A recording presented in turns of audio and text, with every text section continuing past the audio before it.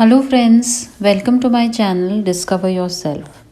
Friends, इस twin flame journey में दोनों ही डीएम और डीएफ को काफ़ी सारे लाइफ शैटरिंग एक्सपीरियंसेस से गुजरना होता है। बट कहीं ना कहीं यही पेन, ट्रॉमा, सफरिंग्स, ट्रिगर्स उनके लिए एक स्टेपिंग स्टोन का काम करते हैं और उनकी ग्रोथ में एक बहुत बड़ा रोल प्ले करते हैं। तो आज हम देखेंगे कि कैसे एक डिवाइन फेमिनिन जब इस सोल शॉक से गुजर के अपने इश्यूज़ पे काम करने को लग जाती है, अपनी ग्रोथ की दिशा में आगे बढ़ती है, तो वो कैसे एक कम्प्लीटली इवॉल्व सोल के रूप में सामने आती है और उस ये इवोल्यूशन के बाद उसमें क्या चेंजेस प्रोमिनेंट होते हैं। तो जैसे हम जानते हैं कि जब पहली बार एक डिवाइन फेमिनिन का अपने डिवाइन मैस्कुलिन से इनकाउंटर होता है तो उन्हें एक इंटेंस मैग्नेटिक पुल सा फील होता है। वो उनकी तरफ बिना किसी रीज़न के खींची चली जाती हैं। तो उनका सारा के सारा फोकस अपने डिवाइन मैस्कुलिन पे आके टिक जाता है। चाहे वो कुछ भी कर रही हों, सुबह शाम दिन रात, वही उनके दिमाग पर छाए रहते हैं। तो इस अवेकनिंग के बाद अपने ऊपर काम करते हुए, इनर वर्क करते हुए, उनका प्राइमरी फोकस अपने डीएम से शिफ्ट होकर और कम्प्लीटली अपने ऊपर आ जाता है। वो खुद को प्रायोरिटाइज करना सीख जाती हैं, सेल्फ इम्पोर्टेंस को समझने लगती हैं और अपने फैमिली, जॉब, करियर, अपने डिवाइन मैस्कुलिन से सबसे ज़्यादा वो खुद को इम्पोर्टेंस देती हैं। सेल्फ लव से ऑपरेट करना और खुद से बहुत ही प्यारा कनेक्शन बिल्ड करना, बेस्ट कनेक्शन खुद से बनाना, यही उनका प्राइमरी फोकस होता है। और वो self love, self worth, self esteem, self care, self importance और थोड़ा बहुत सेल्फ सेंट्रलाइज्ड हो जाती हैं। सेकेंडली, जहाँ उनकी सारी एनर्जी इसी बात पे लगी होती है कि डीएम का कॉल नहीं आया, उन्होंने मेरे मैसेज का रिप्लाई नहीं किया, या फिर सेपरेशन में मुझे इतना टाइम हो गया है, वो कब वापस आएंगे, ऐसा सब फील करते हुए वे अपने आप को डिस्ट्रैक्टेड, लॉस्ट माइंड फील करने लगती हैं। उनका मन किसी भी बात में नहीं लगता और वो इमोशनली खुद को ड्रेन्ड महसूस करती हैं। लेकिन यही अवेकनिंग के बाद वो अपनी एनर्जीज़ को अपने गोल्स पे फोकस करती है। उन्हें इस बात की कंप्लीट क्लैरिटी मिल जाती है कि उन्हें लाइफ में क्या करना है। वो अपने गोल्स सेट करती हैं, कितने टाइम में किस चीज़ को अचीव करना, इतनी हद की क्लैरिटी के साथ वो आगे बढ़ने लगती हैं। उनका फोकस सिर्फ और सिर्फ खुद पे होता है, खुद की ग्रोथ पे होता है और किसी बात पे नहीं।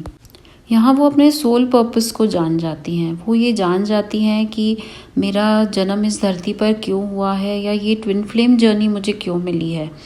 क्योंकि जब तक हमें ये क्लैरिटी नहीं होती कि हम यहाँ कर क्या रहे हैं, हमें इस ट्विन फ्लेम जर्नी में है क्यों, तब तक हम उन्हीं पेन और ट्रॉमास में पड़े रहते हैं और उससे कहीं ना कहीं निकल नहीं पाते। हम खुद को, अपनी जर्नी को कोसते हैं, कर्स करते हैं, जो कि एक नेगेटिव इम्पैक्ट क्रिएट करता है हमारी जर्नी में और कहीं ना कहीं हमारी जर्नी डिले होती है क्योंकि हम इस एक्सेप्टेंस में नहीं आ पाते। सो अवेकनिंग के बाद एक डीएफ को उनके सोल पर्पस का पता पड़ता है और वो इसे किसी भी हाल में पूरा करने के लिए ठान लेती हैं। क्योंकि एक डिवाइन फेमिनिन एक डिटरमाइंड सोल होती है, तो वो अपने सोल पर्पस के साथ साथ अपनी सोल जर्नी को फुलफिल करना, अपने इनर वर्क को करते हुए आगे अपनी ग्रोथ, अपनी एवोल्यूशन, असेंशन की दिशा में आगे बढ़ती है। एक और जो बहुत ही इम्पॉर्टेंट चीज़ जो एक डिवाइन फेमिनिन के साथ होती है इस जर्नी में, वो है उनके अंदर में एक deep level of patience develop हो जाता है। और मुझे लगता है कि यहाँ पे 90% डिवाइन फेमिनिन्स इस बात पे अग्री करेंगी कि वाकई में जहाँ वो एक अवेकनिंग से पहले एक इमोशनली अनस्टेबल, एंग्जाइटी या फिर स्ट्रेसफुल कंडीशंस को फील करती थी, तो इन सारी चीज़ों से बाहर निकल के अपनी टॉक्सिसिटी को रिलीज़ करके और इस जर्नी में एक डीप लेवल ऑफ पेशेंस को डेवलप कर लेती हैं अपने अंदर में। वो ये डीपली समझ जाती हैं कि पैनिक करने से या फिर जल्दबाजी करने से मतलब उनका चाह इस जर्नी में कुछ नहीं होगा। इस बात को वो समझ के इस पेशेंस की स्किल को सीखती चली जाती हैं, क्योंकि एक्चुअली भी यहाँ हमें डिवाइन टाइमिंग पे ट्रस्ट करना होता है और समझ जाती हैं इस जर्नी में कि सरेंडर नाम की भी कोई चीज़ होती है। सब कुछ मेरे हिसाब से, मेरे मुताबिक नहीं हो सकता है। इस बात को डीपली समझ के, डिवाइन पे ट्रस्ट करके, पेशेंटली अपना इनर वर्क करके और कंप्लीट सरेंडर मोड में आ जाती हैं। The next important thing is जो डिवाइन फेमिनिन है उनको अपने ट्रू पावर की रियलाइजेशन होती है, क्योंकि डिवाइन फेमिनिन और divine masculine they are paired at energetic level. So they may be in any condition, वो चाहे किसी भी कंडीशन में रहें, उन्हें यूनाइट होना ही है। चाहे वो किसी भी कामिक साइकिल में फंसे हैं, थर्ड पार्टी सिचुएशन में हैं, या फिर किसी सोलमेट के साथ हैं, या चाहे कोई भी उनकी साइकिल्स चल रही हो, कितनी भी प्रॉब्लम्स या ट्रिगर्स उन्हें मिल रहे हों। लेकिन जहाँ एक बार एक डिवाइन फेमिनिन ये समझ जाती हैं कि यूनियन तो होना ही है, ये डेफिनेट है, क्योंकि ये स्पिरिचुअल कनेक्शन है, यहाँ सब कुछ डिवाइन के हाथ में है।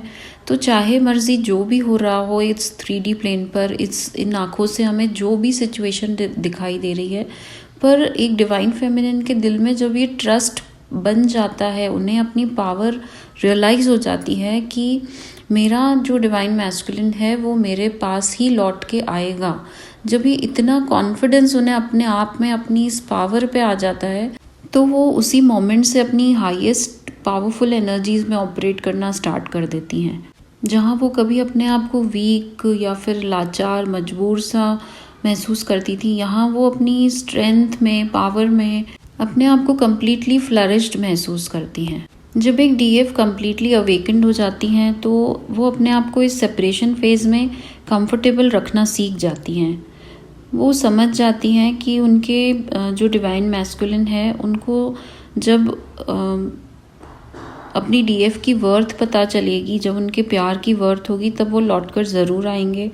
चाहे वो अभी थर्ड पार्टी में है, उन्होंने अपनी डीएफ को ब्लॉक किया हुआ है, या फिर ऑन एंड ऑफ सिचुएशन है, लेकिन इन सब चीज़ों के बावजूद उसे कोई भी फिक्र चिंता अब नहीं रहती कि उनसे बात कब होगी, वो कब लौटेंगे, या उनका कॉल या मैसेज आए ना आए, अब उससे कोई फ़र्क नहीं पड़ता। Now here she deeply understands that in this journey divine timing plays a big role.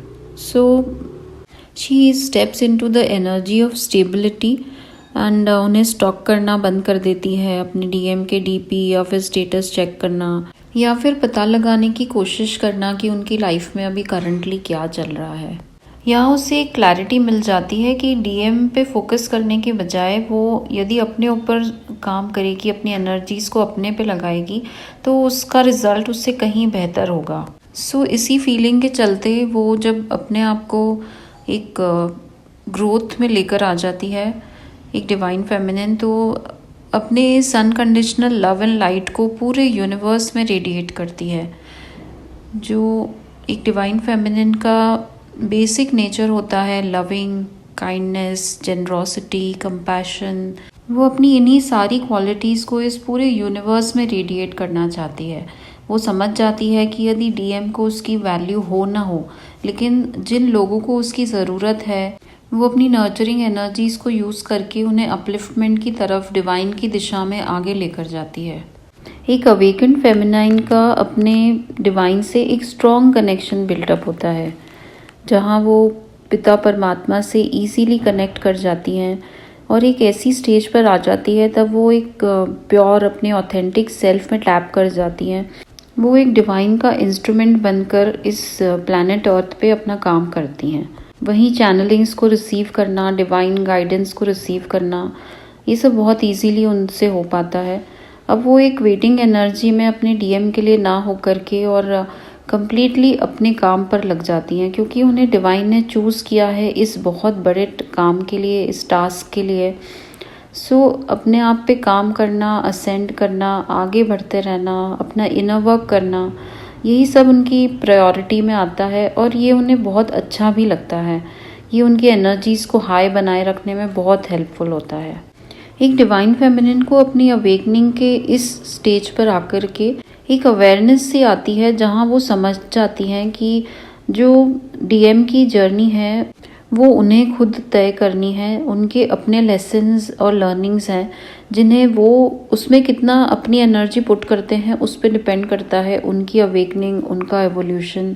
सो यहाँ वो उनका वेट ना करते हुए और अपने आप को कम्प्लीटली सरेंडर करके अपनी हायर एनर्जीज में रह के अपने ग्रोथ और सक्सेस को एंजॉय करती है। अपने डिवाइन मैस्कुलिन की फिक्र चिंता छोड़कर अपने आप को, अपनी इस जर्नी को, अपने डिवाइन मैस्कुलिन को कंप्लीटली जब डिवाइन को सरेंडर कर देती हैं और लगातार अपनी सोल मिशन, सोल पर्पस पे फोकस्ड रहती हैं, तो ये यूनिवर्स, ये डिवाइन आपको अकेला नहीं छोड़ते, वो भी आपका साथ देने आते हैं हर कदम, हर मोमेंट पे, और आपका यूनियन ज़रूर होता है।